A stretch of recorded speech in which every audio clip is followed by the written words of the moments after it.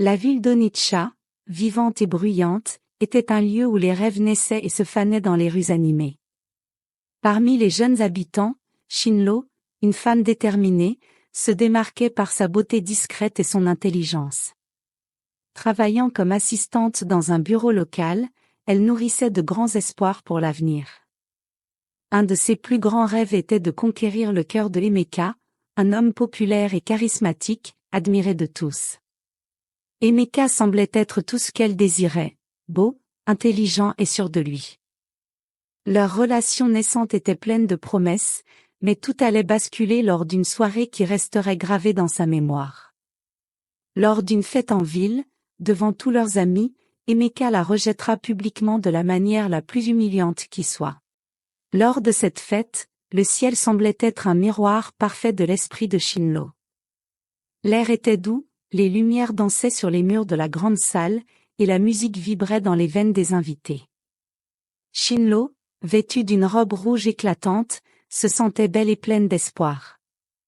Elle avait mis tout son cœur dans cette soirée, espérant que ce serait le moment où Emeka, le garçon qu'elle aimait depuis des mois, lui montrerait enfin son affection. Elle l'avait observé toute la soirée. Chaque fois qu'il croisait son regard, son cœur s'emballait, et elle espérait secrètement qu'il viendrait vers elle. Pourtant, Emeka était entouré de ses amis, riant, plaisantant, et esquivant ses signaux. Shinlo tenta de rester calme, mais une boule se forma dans son estomac.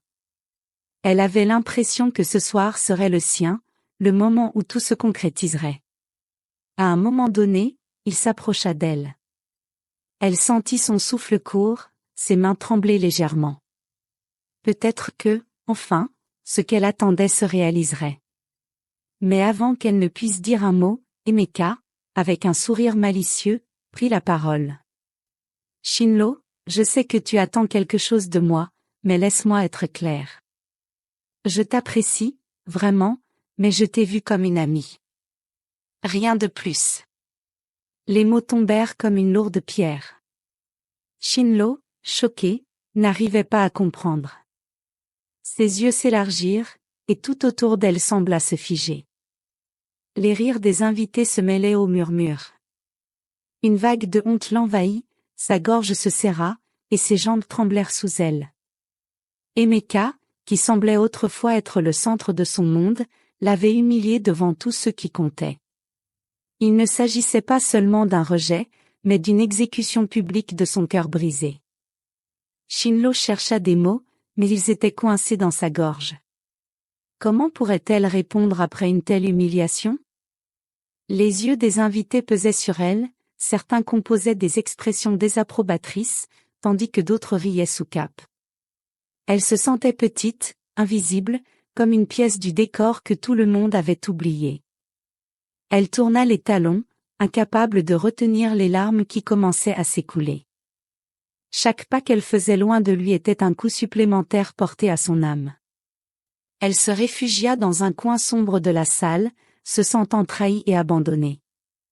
La soirée, autrefois si prometteuse, avait tourné en une scène de douleur et de honte publique.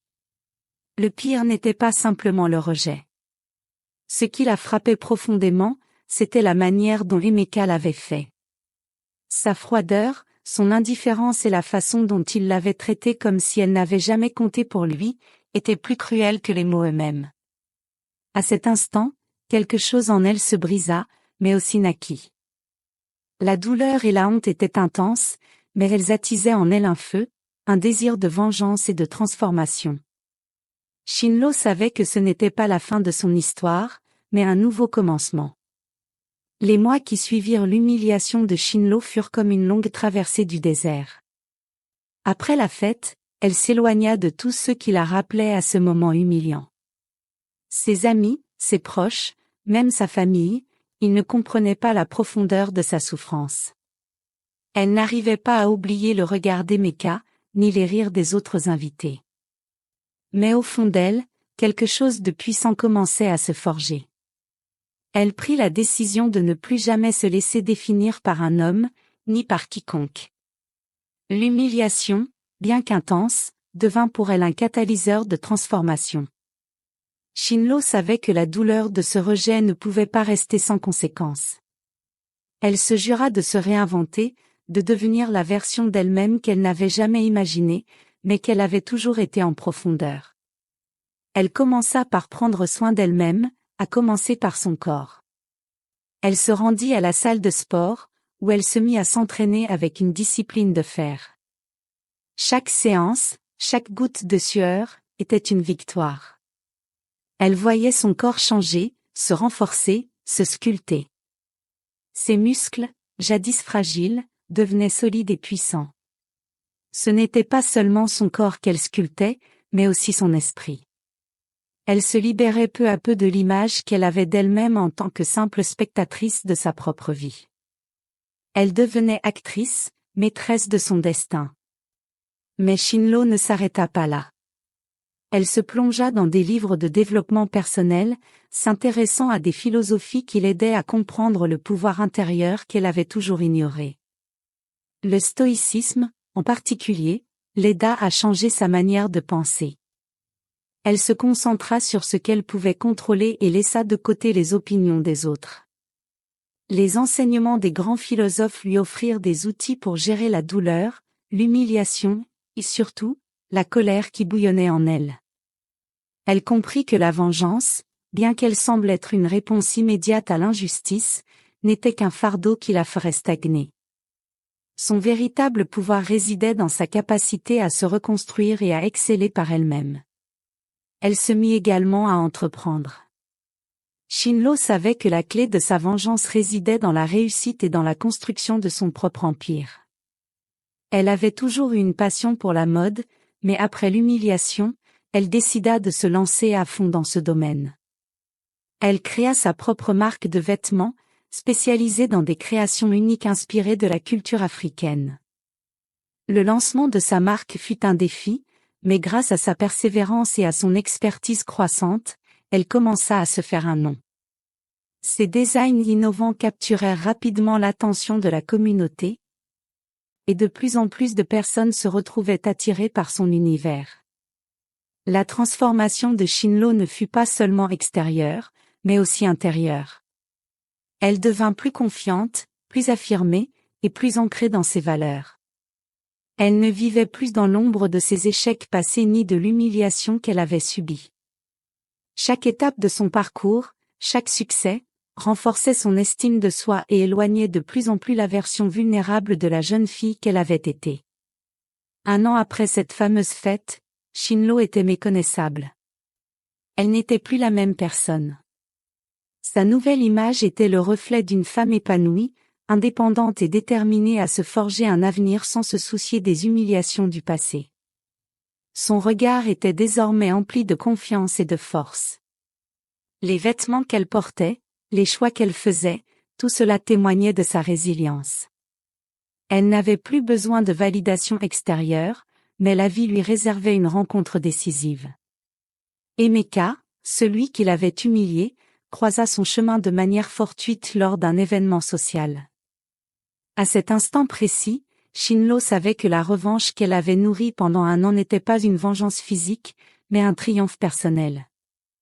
Elle avait transformé la douleur en force, et elle le lui prouvait sans avoir à dire un mot. Un an après la fête qui avait marqué sa vie, Shinlo était devenue une femme nouvelle. Son corps, son esprit et son entreprise reflétaient une transformation radicale. Mais alors qu'elle se sentait enfin en paix avec elle-même, la vie, comme par un étrange caprice du destin, fit en sorte que son chemin croise de nouveau celui d'Emeka. Ce soir-là, Shinlo était invitée à une soirée de réseautage pour les créateurs de mode, un événement qui attira des personnalités influentes du milieu.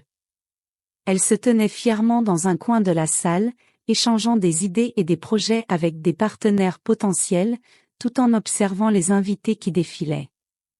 La soirée battait son plein, et Shinlo se sentait à sa place parmi les autres, dans cet environnement où elle était désormais respectée. Sa marque était un véritable succès, et les conversations autour d'elle reflétaient la reconnaissance qu'elle avait fini par mériter. Soudain, elle aperçut une silhouette familière au fond de la pièce. C'était Emeka.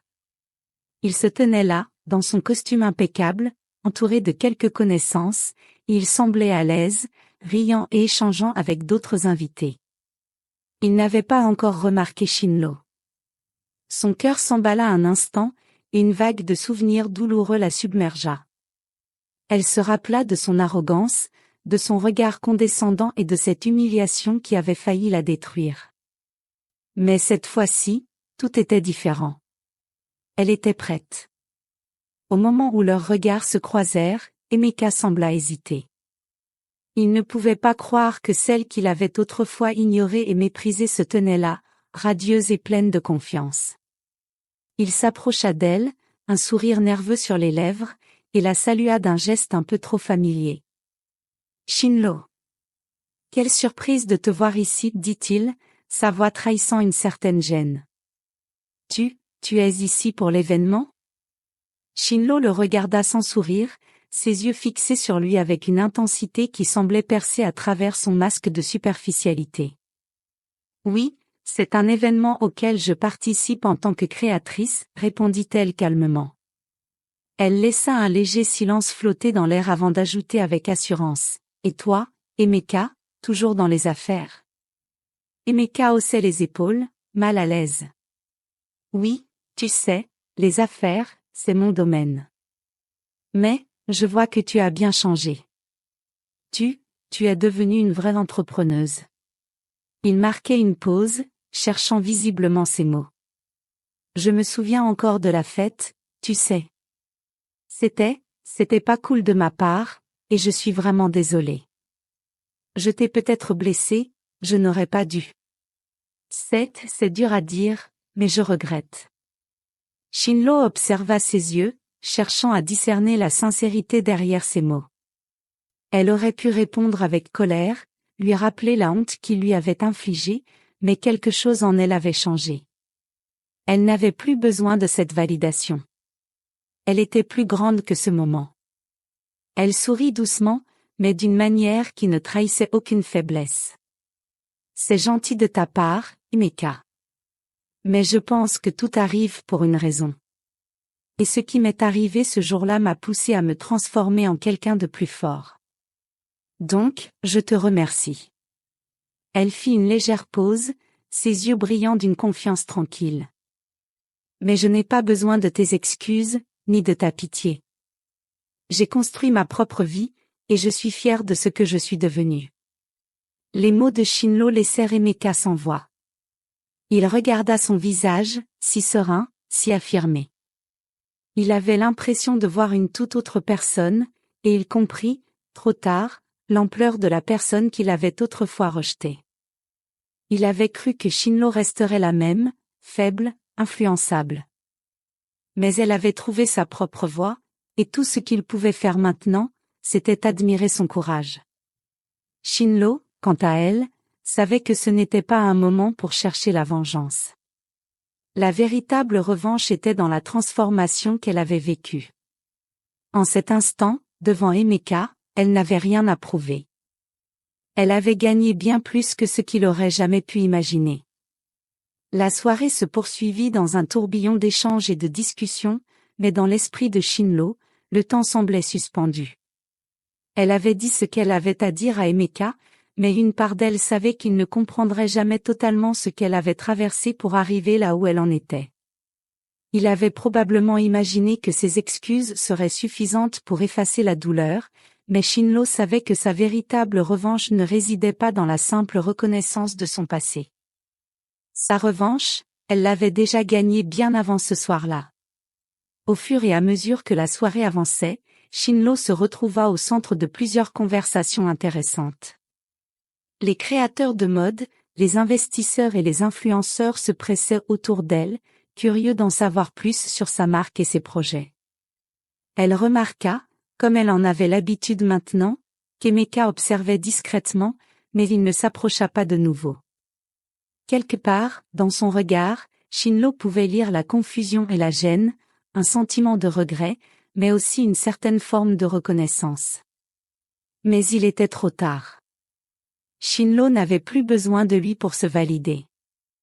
La femme qu'il avait autrefois méprisée, la fille fragile qu'il avait laissée de côté, n'existait plus.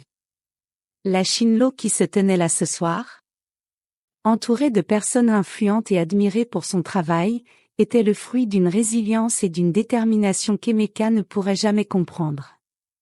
Quelques mois plus tard, Emeka se retrouva à un événement organisé par un grand groupe d'investisseurs, un événement qu'il avait hâte de marquer de son empreinte. Lorsqu'il arriva dans la salle, ses yeux se dirigèrent instinctivement vers un coin de la pièce. Là, à sa grande surprise, il aperçut Shinlo, de nouveau au centre de l'attention. Mais cette fois, elle était accompagnée de partenaires d'affaires puissants et influents. Des journalistes la prenaient en photo, et des conversations se tenaient autour de projets ambitieux dans lesquels elle était impliquée.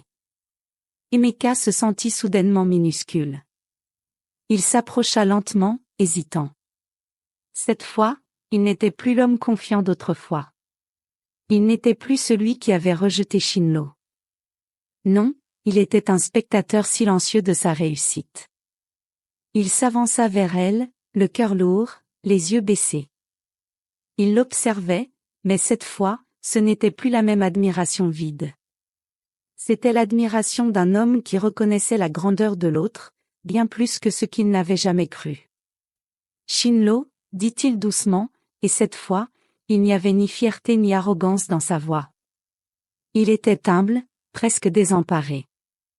Je n'aurais jamais cru voir ça. Tu as fait un chemin que peu de gens auraient osé faire. Tu as réalisé des choses incroyables. Shinlo le regarda, cette fois sans amertume, mais avec une forme de compassion tranquille. Elle savait qu'Emeka avait enfin compris, peut-être trop tard, que les apparences et les privilèges n'étaient pas ce qui comptait vraiment. La vraie victoire était dans la transformation intérieure, dans la croissance personnelle et dans la capacité à se relever après une chute. Merci, répondit-elle calmement. Je suppose que parfois, il faut passer par des épreuves pour se découvrir. Mais ce n'est pas ta faute, Emeka. C'était juste le chemin que j'avais à suivre. Emeka baissa les yeux. Je suis désolée, vraiment. Je suis fière de toi. Tu mérites tout ce succès. Shinlo sourit légèrement. Ce n'était pas un sourire de vengeance, mais de compréhension. Elle avait pris sa revanche, non pas en détruisant son ancien tortionnaire, mais en se construisant, en devenant la personne qu'elle était censée être. Elle avait appris à s'aimer, à se respecter et à s'accepter. Elle n'avait plus besoin de l'approbation des autres, pas même celle d'Emeka. Merci, mais tu sais, je n'avais pas besoin de ta reconnaissance pour réussir. Tout ce que j'ai fait, c'était pour moi-même. Et c'est ce qui m'a rendue forte. Emeka la regarda une dernière fois, avec un sentiment d'humilité qu'il n'avait jamais éprouvé auparavant. Il tourna les talons et s'éloigna dans la foule, conscient qu'il avait perdu quelque chose de précieux, mais aussi qu'il avait assisté à une grande transformation, une victoire qui ne s'exprimait pas par des mots, mais par l'action et la persévérance. Shinlo, elle, se sentit en paix. Sa véritable revanche n'était pas d'humilier Emeka, mais de se réaliser pleinement. Elle avait trouvé sa propre voie, et c'était cela, la véritable victoire. La revanche de Shinlo ne résidait pas dans la vengeance, mais dans sa capacité à se transformer et à se reconstruire. En surmontant l'humiliation, elle a forgé sa propre voie vers le succès, prouvant que la véritable force réside dans la résilience et l'autosuffisance. Elle a compris que les blessures du passé ne définissent pas notre avenir, mais que nos choix, nos actions et notre détermination à grandir nous façonnent. Emeka, quant à lui, a appris que le respect et la reconnaissance doivent se gagner par des actions sincères, et non par des promesses vaines. Pour Shinlo, la plus grande victoire fut d'accepter son passé, de le transcender et de devenir une femme épanouie, forte et indépendante.